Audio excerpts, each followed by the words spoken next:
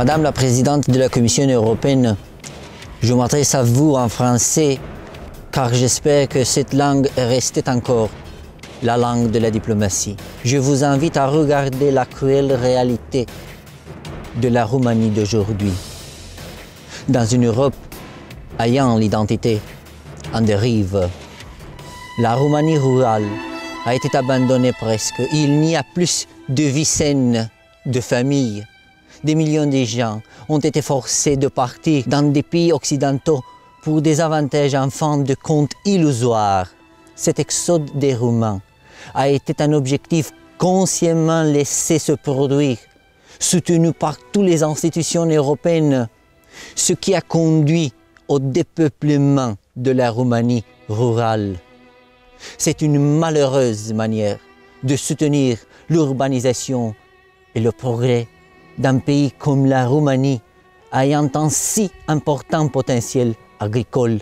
J'aimerais que vous sachiez qu'un peuple qui est resté sous l'influence de l'Union soviétique pendant 40 ans, comme le peuple roumain, observe mieux l'essence de la dictature.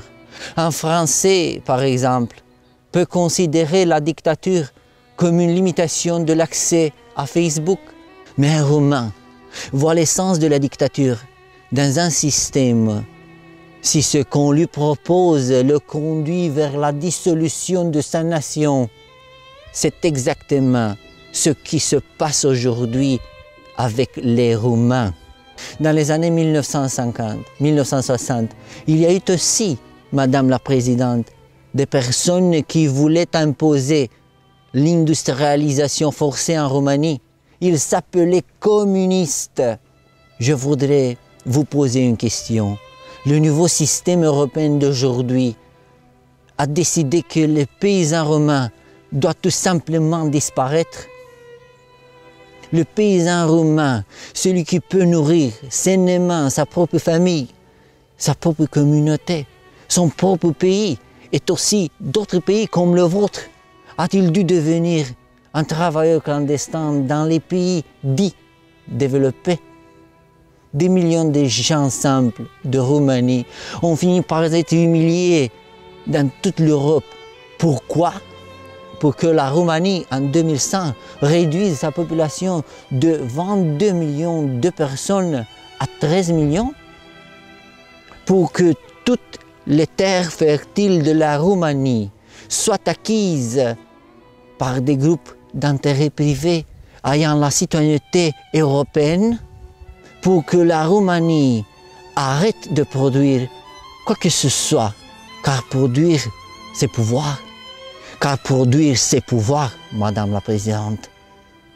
Je suis un pro-européen, mais également, je suis roumain avec l'histoire, les valeurs et l'identité de mon peuple. Je crois que seulement avec de telles personnes, les institutions européennes puissent construire vraiment la prospérité et le super-État. Je voudrais terminer avec une pensée utile. Pendant 40 ans, le peuple roumain a été dans la sphère d'influence de l'Union soviétique. Quiconque, à cette époque, exprimait une critique objective du système était déclaré l'ennemi du peuple. C'est tout à fait étonnant qu'aujourd'hui, dans l'Union européenne, quiconque exprime une attitude critique est déclaré eurosceptique.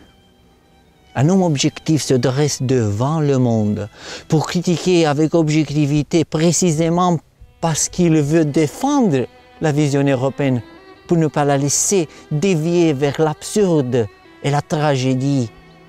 Je crois que l'absence de la critique objective et de l'opposition objective dans les institutions publiques européennes témoigne d'un vice grave de la démocratie, car elle est fondée sur l'esprit d'opposition, sur la libre confrontation des idées contraires, la seule chance réelle et véritable du progrès.